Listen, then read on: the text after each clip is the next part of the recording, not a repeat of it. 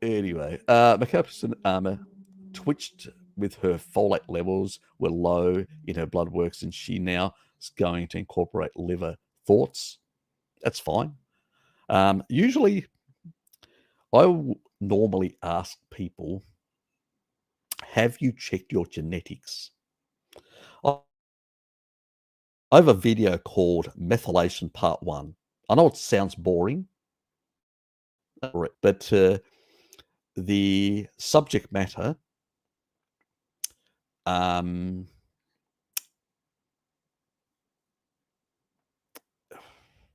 is you've got to understand the genetics, and I don't know what her genetics are. Now, if she has MTHFR like I have, then folate isn't going to fix it.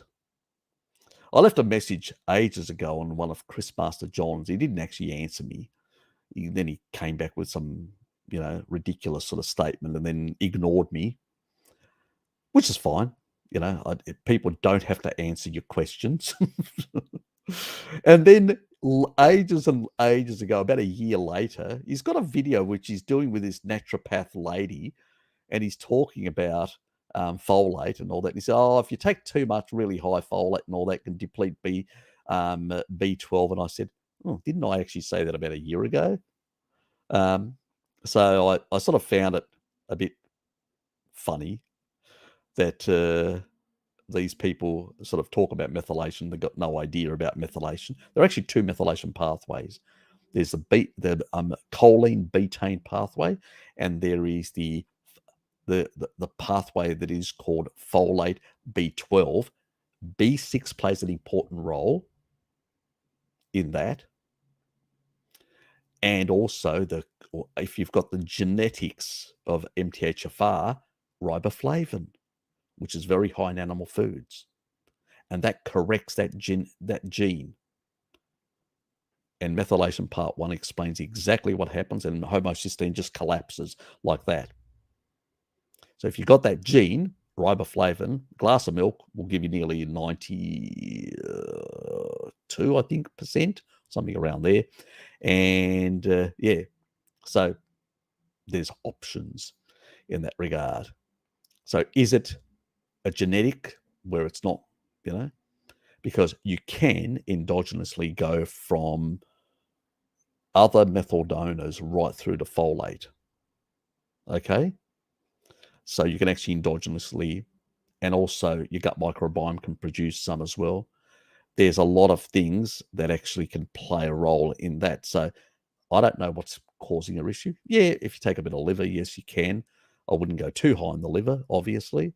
As I did that video, I say always stick to about, 10,000 below 10,000 IUs to be in the safe zone, because I don't know what people's physiology is like and stuff like that.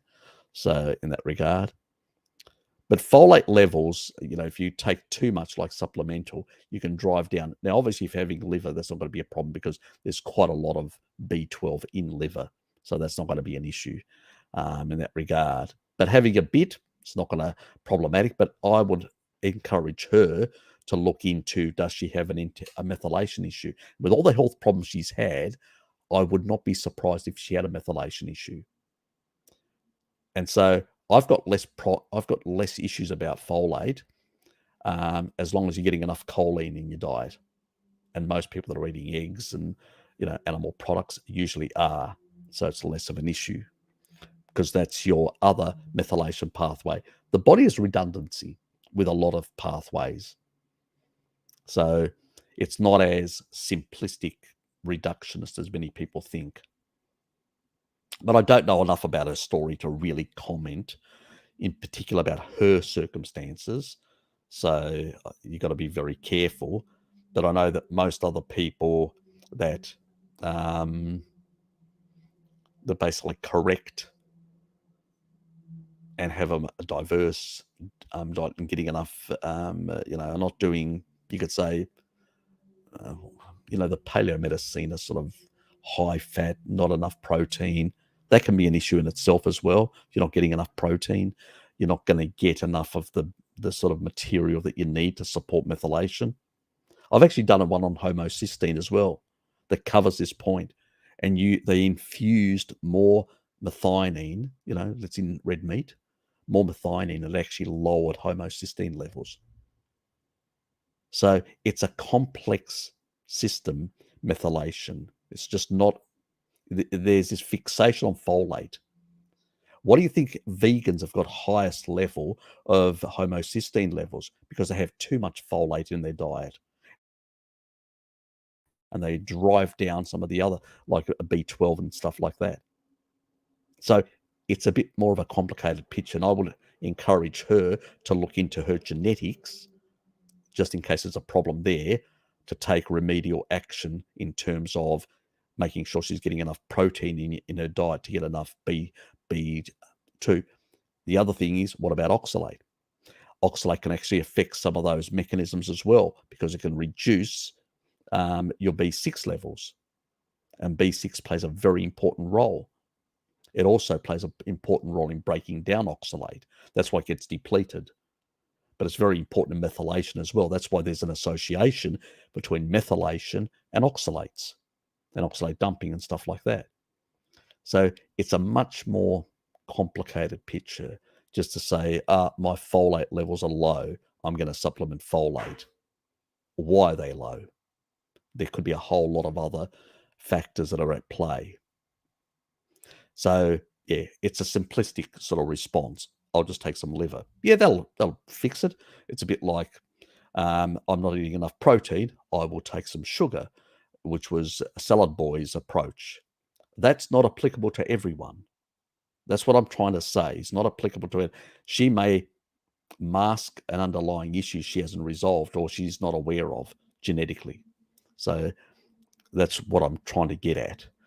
Try to understand what is driving it rather than responding with, reductionist, I'll just throw a supplement to it, I'll throw some liver to it. Yeah, it'll probably correct the levels that you're getting, but there may be an underlying issue that you haven't corrected.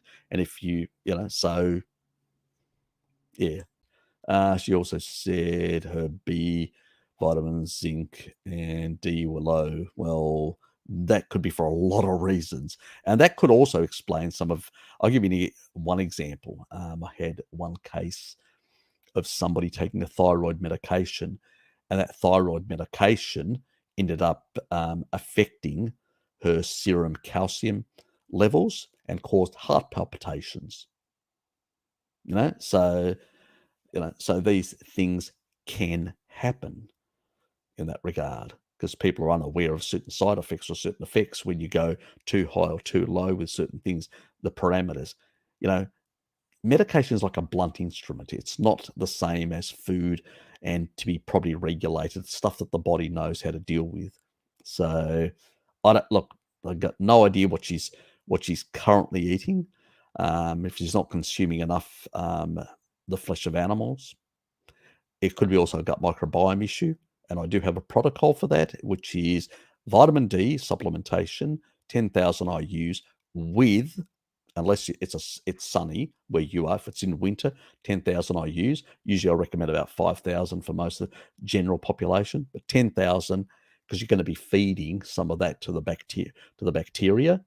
You also want to take that Reuteri bacteria to suppress some of the pathogenics, and then you want to basically be incorporating some of the lactobacillus as well, bringing those in, and you do for 3 months, because you don't want to do it longer because you'll end up with insomnia because of the pantothenic acid storage.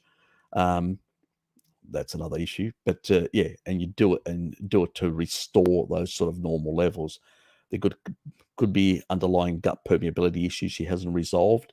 I don't know. I'm not her physician. There could be a number of things, but I know that people that I've chatted with that have done these sort of protocols that I talk about and all that, go then do their tests, come back, all their levels are normal, all their levels are good. So that can, I mean, I'll give you another example. That thyroid thing, it will, you over time, your levels, this is what this lady that I was dealing with yesterday, her levels of vitamin D started going really high, but her active form was lower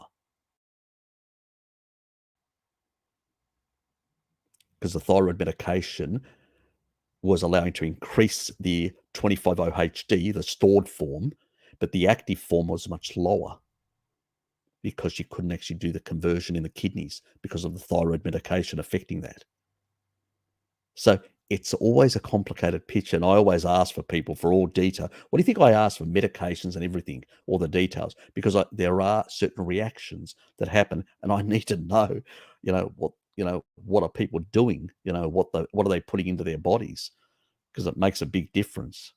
Um, yeah, so yeah, it's hard to comment about people because unless you have details about them, what exactly.